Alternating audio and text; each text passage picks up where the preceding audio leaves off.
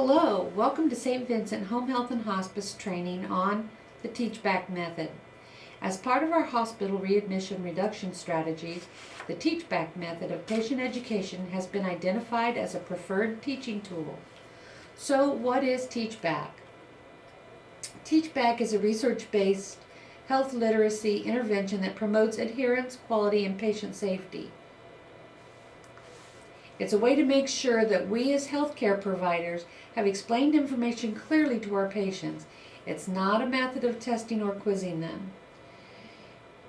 It's asking the patient or family to explain in their own words what they need to know or do in a caring way. A way to check for understanding and, if needed, re-explain and check again. Teach Back is not just parodying of instructions. It's having patients demonstrate that they actually understand what is required in their own words, in their own framework of meaning, and with their own comprehension. It's asking, so what would you do if your blood sugar were 250? Or, what would you do if your weight increased by 3 pounds over 3 days? Some of the challenges associated with patient education include patients having difficulty understanding information provided to them by given to them by healthcare providers. Patients remember and understand less than half of what their providers explain to them. That's important. Patients remember and understand less than half of what their providers explain to them. It has been found that 98% of medical errors are communication related. Patients who have a limited literacy say they feel shame and hide their limited reading ability from others. So what's the solution to all this? Patient safety advocates urge us to use the following health literacy principles with all patients. You can't always tell by looking who can understand you and who cannot. So use plain, simple language focused on the most important messages. Always check for understanding using Teach Back. Using plain language is simply using words patients can understand. Instead of hypertension, try using just high blood pressure. Instead of using the word modify, try using the word change. Instead of optimal, best way. Instead of diet, simply what you eat. What is the most important message? Here's a case example. A 78-year-old woman is admitted to home care with heart failure, a stress fracture, and hypertension. Which message from this list is the most important to convey by the first 24 hours after start of care to ensure a successful transition to home? A. Low salt, high calcium diet. B. Physical therapy for stress fracture. C. Reasons to call the doctor or home health care agency. Or D. Flu shot information. The answer is C. Reasons to call the doctor or your home health care agency. Providing too much information at the time of admission will make it hard for the patient to remember what is most important in that first day or two after returning home. The most vital information should be prioritized and understanding ensured. So how can we go about our Teach Back?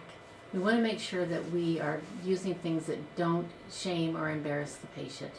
We don't want to ever have them be afraid or ashamed to ask us questions for clarifications. So when you're asking to make sure that they understood what you've taught them, you want to say things like, I want to be sure I explained everything clearly. Can you explain it back to me so I can be sure I did? Or maybe, what will you tell your husband today when he comes home about the changes we made to your medications? Or maybe even something like, we've really gone over a lot of information today. So in your own words, let's review with me what we talked about. Make sure that when you use the Teach Back method that you rephrase things to the patient if they don't understand it the first time. Don't simply repeat the same words that you told them before. Don't try to impress the patient with your big words or lofty language. Ask for the Teach Back until you are comfortable that the patient really understands what you've told them. If the patient is not able to teach back after several times, consider some other strategies like including a family member if one is available, or taking a break from your visit and do something different with the patient, or just schedule another opportunity to meet with the patient. Some of the elements of competence for using Teach Back effectively are things like using a caring tone of voice and attitude. Don't be judgmental. Display comfortable body language and make eye contact. Use plain language. Ask the patient to teach back. Explain back using their own words. Use non-shaming, open-ended questions. Avoid doing things like asking them questions that can be answered with just a simple yes or no.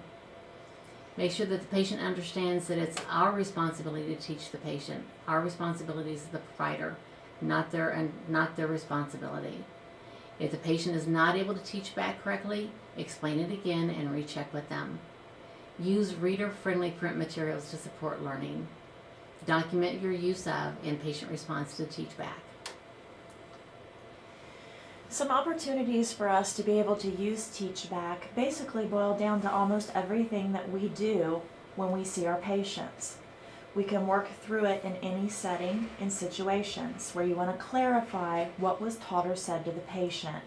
And here's some examples. If you have a new medication that you're teaching the patient about, ask them to explain back to you what the medicine's for or when they take it. If we're doing new goal setting, have the patient explain to you what they heard and how they heard it presented to them. A message sent is not necessarily a message received. There's a lot of information overload for our patients. What we do every day for us is brand new to our patients. We need to remember that. From the perspective of the patient and the family, the information can seem endless. Sometimes we'll ask ourselves, why doesn't anybody read our incredibly informative handouts? And why can't they just remember what we taught them? The simple answer is, it's too much information for our patients. Here's a great example of a message not received. This is a text message from mom to her teenage daughter. Mom says, what does IDK, LY, and TTYL mean? Daughter texts back, I don't know, love you, talk to you later. Mom says, okay, I'll ask your sister. Prime example, mom did not receive the message. Ask yourself when you see your patients, what's the essential message that we need to convey for the patient to remember and walk away with? Once you've prioritized your information, you should KISS. Keep it simple, simple. What are your next steps after viewing this? There are additional Teach Back videos that are accessible in the link that you received when you got this video. You are welcome to watch those. Complete the post-test. Turn in your completed post-test to your local educator or supervisor. We have identified some additional resources that are a good source of information that you are able to access. One of them is teachbacktraining.org. This is a very informative website with several extra videos and training scenarios. There's also an nchealthliteracy.org. Basically the same information as the Teach Back training, just in a slightly different format. Thank you for viewing this video, and we hope that it has been helpful for you. So now, go forth and teach back.